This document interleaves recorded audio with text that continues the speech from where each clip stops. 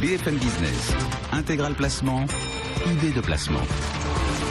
Et on évoque l'assurance vie avec Benoît Lombard, un des placements que vous préférez. Et on va s'intéresser notamment à la fiscalité de tout ce qui touche à ces capitaux d'essai, comme on pourrait les appeler. Bonjour Benoît. Bonjour Cédric. La fiscalité qui s'applique à la prestation qui est servie par l'assureur au jour du dénouement du contrat. Qu'est-ce qui se passe aujourd'hui? C'est quoi la base, enfin le cadre? La base, il faut quand même rappeler pourquoi on a une fiscalité qui est dérogatoire, qui est exorbitante du droit commun. C'est que l'assurance vie repose sur une stipulation pour autrui. C'est-à-dire que le souscripteur stipule au profit de lui-même, s'il rachète le contrat, ou d'un bénéficiaire qui en cas de décès. Et celui qui est engagé, c'est l'assureur. Et c'est bien par cette fiction juridique que le capital ne transite jamais par le patrimoine du souscripteur qui détient une créance sur l'assureur qu'il y a une taxation dérogatoire. Et bien évidemment, cette taxation dérogatoire s'est accrue au fil de l'eau pour arriver aujourd'hui à une fiscalité qui devient plus intéressante que celle du droit commun, mais qui est plus élevée que celle qu'on connaissait antérieurement. Justement, qu'est-ce que nous dit la réglementation, la règle? Quel est l'état des lieux? On va essayer, à des fins pédagogiques, de résumer la chose de la manière suivante. Il y a deux dates importantes et deux événements qui se cumulent. Quelles sont ces deux dates? Première date, le 20 novembre 91.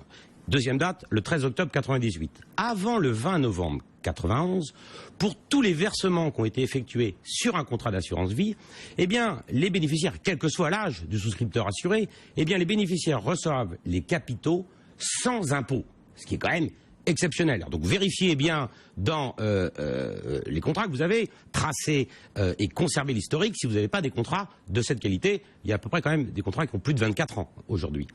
Deuxième date, le 13 octobre 98. Alors entre ces deux dates, entre le 20 novembre et le 13 octobre 98, l'administration fiscale s'est dit, on va taxer un peu.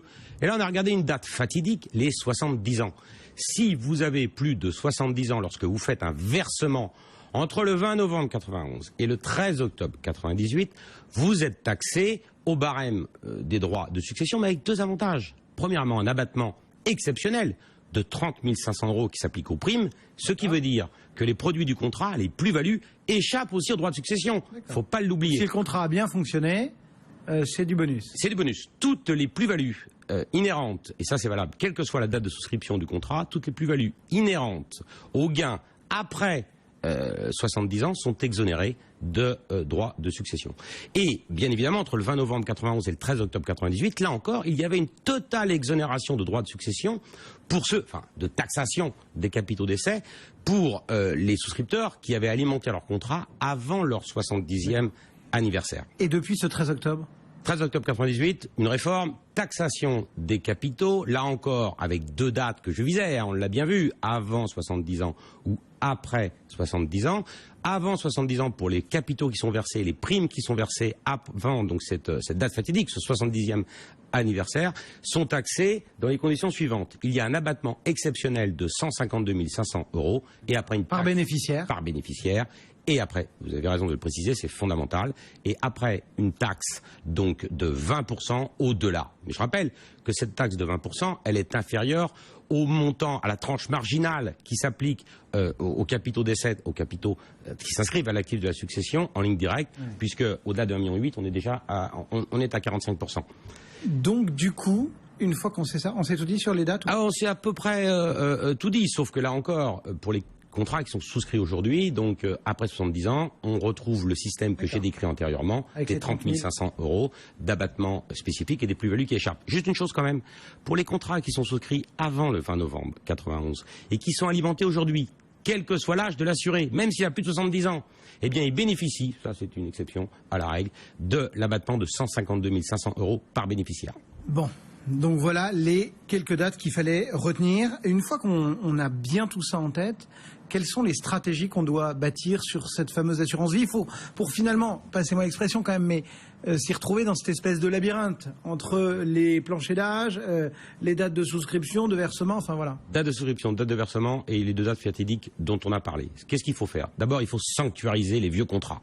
C'est-à-dire que pour un contrat qui a été souscrit du temps où l'on avait moins de 70 ans, où l'on sait qu'on a 152 500 € d'abattement supplémentaire qui se rajoutent aux 100 000 € d'abattement légal, eh bien, laissons-les de côté et souscrivons, deuxième conseil, un contrat après 70 ans à hauteur de 30 500 €.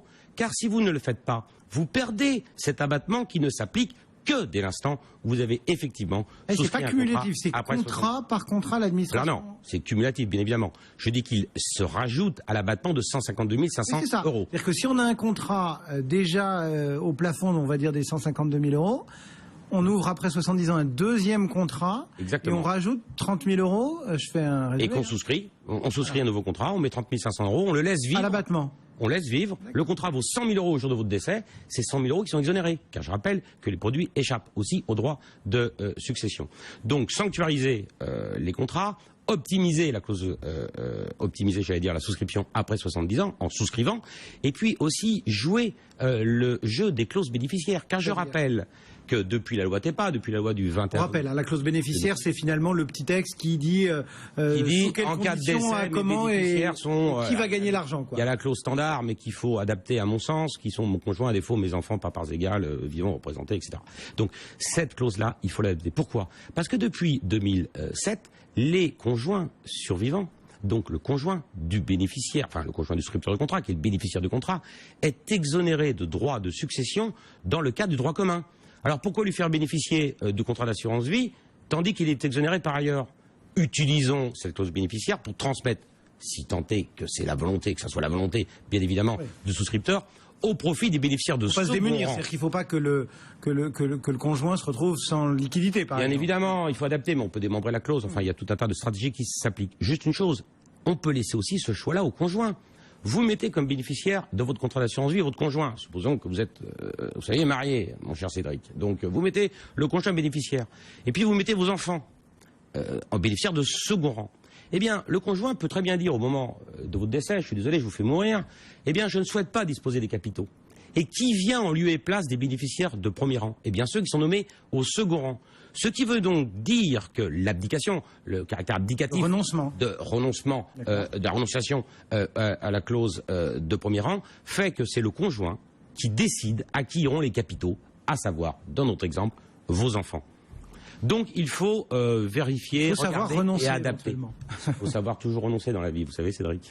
Eh bien voilà, j'espère que vous en savez un petit peu plus ce matin sur l'assurance vie. Merci beaucoup Benoît Lombard qui nous a servi de guide dans ce labyrinthe des capitaux d'essai. À très bientôt.